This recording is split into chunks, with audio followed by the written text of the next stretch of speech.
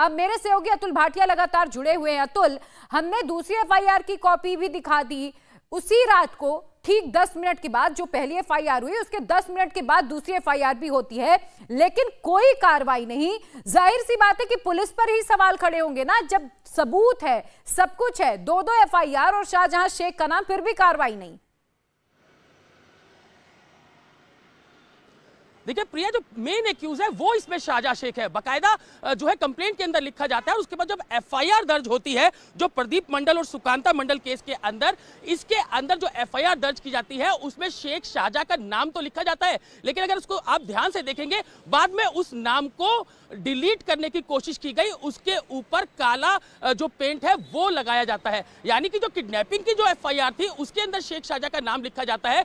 जो दूसरी एफआईआर जो प्रदीप मंडल और सुकांता मंडल के मर्डर की है उसके अंदर शेख शाहजहां, क्योंकि कंप्लेंट के अंदर उसका नाम था तो शेख शाहजहां का नाम सबसे पहले लिखा जाता है, लेकिन उसके बाद उसे फिर ब्लैंक इंक से डिलीट करने की कोशिश की जाती है। लेकिन अभी भी उसके अंदर साफ देखा जा सकता है कि किस तरीके से इस मर्डर, डबल मर्डर केस के अंदर भी जो शेख शाहजहां है वो प्राइम एक्यूज है। शेख शाहजहां जो है वो संदेश खाली में इनके घरों पर जाता है, इसके साथ इसके कई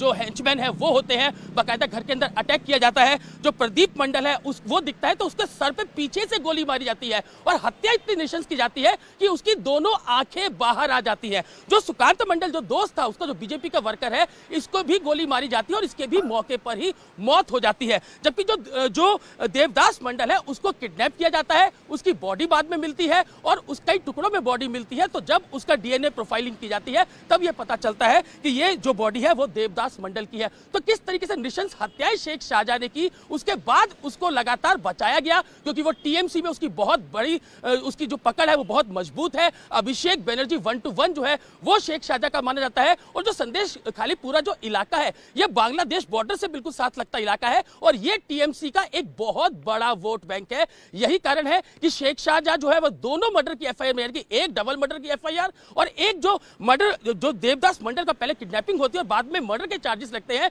सब में प्राइम एक्यूज था। लेकिन उसको किसी भी मामले में चार्जशीट नहीं किया गया, किसी भी मामले में उसको बाद में जो इन्वेस्टिगेशन की गई आरोपी नहीं बनाया गया, जबकि शिकायत उसके खिलाफ दी गई थी, मेन एक्यूज उसको बनाया गया था। लेकिन जब चार्जशीट फाइल की इन्वेस्टिगेशन कोलकाता पुलिस, जो पश्चिम बंगाल पुलिस है उसने की, तो उसमें उसको कहीं उसका रोल नहीं दिखाया गया। तो यही ईडी लगातार क्वेश्चन उठा रही है कि किस तरीके से लगातार शेख शाहजहां को बचाया गया। उसके खिलाफ नामजद एफआईआर थी, इसके बावजूद उसकी गिरफ्तारी नहीं की गई, लगातार उसको बचाया गया। और जो लोग एफआईआर में नहीं थे, जिनके नाम नहीं थे, उनके खिलाफ चार्जशीट फाइल की। यही नहीं प्रिया, जिन लोगों को गिरफ्तार किया गया बाद में उनकी भी बेल हो गई। तो इससे आप अंदाजा लगा सकते हैं कि किस तरीके से शेख शाहजहां का रुतबा पूरे टीएमसी पार्टी के अंदर है। अभिषेक बनर्जी के सबसे क्लोज जो है वो शेख शाहजहां को कहा जाता है और यही कारण था कि जो पूरी संदेश खाली की बेल्ट है वहां पर एक तरफा रुतबा जो है वो चलता था जो शेख शाहजहां है। और यही कारण है कि जब 2019 के चुनाव में जब बीजेपी जीतती है तो उसके बाद जो बीजेपी के कार्यकर्ता है उनको चुन चुनकर जो शेख शाहजहां है समझना चाहूं कि अगर ममता बनर्जी बचा रही हैं, पुलिस एक्शन ले नहीं रही है, तो जो सेंट्रल इन्वेस्टिगेशन एजेंसीज हैं वो आगे क्या इस पर कार्रवाई कर सकती हैं? क्या कोर्ट इस पर स्वतः संज्ञान लेकर कोई कार्रवाई आगे कर सकता है? देखिए मामला अब जो प्रिया ये हाईकोर्ट में जा चुका है। इन्वेस्टिगेशन की बात लगातार की जा रही है क्योंकि अब ईडी इस पूरे केस के अंदर आ चुकी है। जिस तरीके से शेख शाहजहां के घर पे ईडी ने रेड्स की थी, उसके बाद ईडी की टीम के ऊपर अटैक होता है। इससे आप अंदाजा लगा सकते हैं किस तरीके का बाहुबली नेता ये टीएमसी का है। ईडी की टीम पे अटैक होता है, ईडी के 3 से 4 जो ऑफिसर्स है वो घायल होते हैं। इसके अलावा जो मीडिया पर्सन थे उनसे साथ वहां पर मारपीट की जाती है।